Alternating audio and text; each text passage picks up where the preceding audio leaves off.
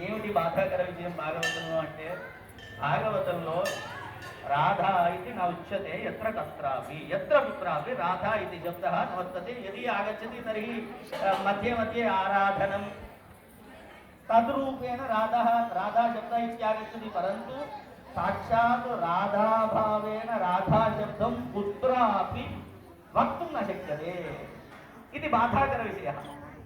అంతే కదా, ఎందుకంటే రాధనే కృష్ణుడు, కృష్ణుడే రాధ. కాబట్టి రాధాకృష్ణ భగవానికి. ఇప్పుడు మీరు కృష్ణ పరమాత్ముడా, రాధాకృష్ణ పరమాత్ముడా? ఏకమేవ ఏకమేవ అద్వితీయం శ్రీరాధా కృష్ణరూపిణి, శ్రీకృష్ణో రాధికాకారः శ్రీరాధా కృష్ణరూపిణి ఏకమేవ అద్వితీయం ద్విధా భాతి న సంశయः. ఏకమేవ పరబ్రహ్మ ద్విధా భాతి న సంశయः. రాధనే కృష్ణుడు, కృష్ణుడే రాధుడు. కాబట్టి మనల్ని అనుగ్రహించడానికి వచ్చిన రాధాకృష్ణ స్వరూపమైనటువంటి అన్నని మనం సత్కరించుకొని వారి ఆశీస్సుల్ని పొందితే రాధాకృష్ణుల ఆశీస్సులని పొందినట్టే. వచ్చేటువంటిది మాసం ప్రారంభం కాబోతా ఉన్నది. మనకు ఏ మాసం ప్రారంభం కాబోతా ఉంది? కృష్ణుని మాసం. ఎవరి మాసం? కృష్ణుడి మాసం. ముందే మనల్ని అనుగ్రహించడానికి వచ్చిన రాధాకృష్ణుడు, వారిని సత్కరించుకుందాం. గోపాలకృష్ణ భగవానికి జై. పూజ్య గురుదేవులు మేఘనాథ్ శర్మ గారు, Sudhama friends club walker association వారి ఆధ్వర్యం లోపల మన వైశ్యభవన్ లోపల, గాంధీ రోడ్లోని వైశ్యభవన్ లోపల భాగవత సప్తాహ కార్యక్రమాన్ని ఆదివారం నుండి ప్రారంభించినారు.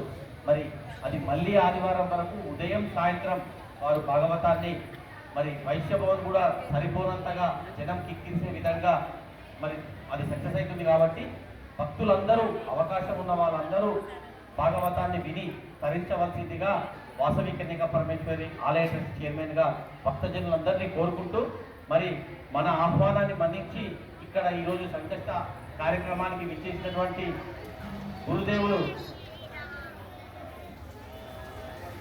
మేఘనాథ్ శర్మ గారిని మన ఆలయ ప్రధాన అర్చకులు మణి శర్మ గారు సత్కరిస్తున్నారు.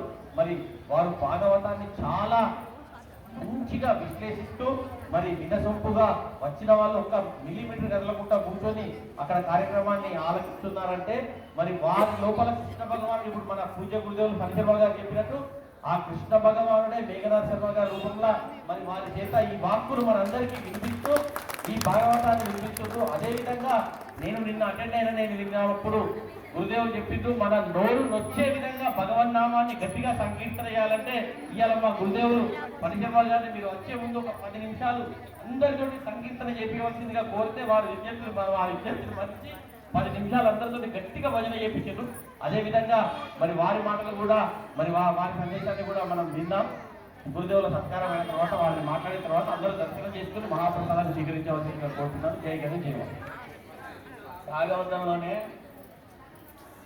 యో అంతః ప్రవిశ్య మమ వాచ ఇమాం ప్రవృత్తాం సంజీవయత్యఖిల శక్తి ధరత్వధామ్న అంటే పరమాత్ముడే మన నోటి నుండి పలికిస్తాడు. ఆయన్ని కీర్తించాలి అనేటువంటి సంకల్పం నీకు కలిగితే చాలు, ఆయనే నీలో ప్రవేశించి నువ్వు పాడేట్టుగా, నువ్వు చెప్పేట్టుగా అనుగ్రహిస్తాడు.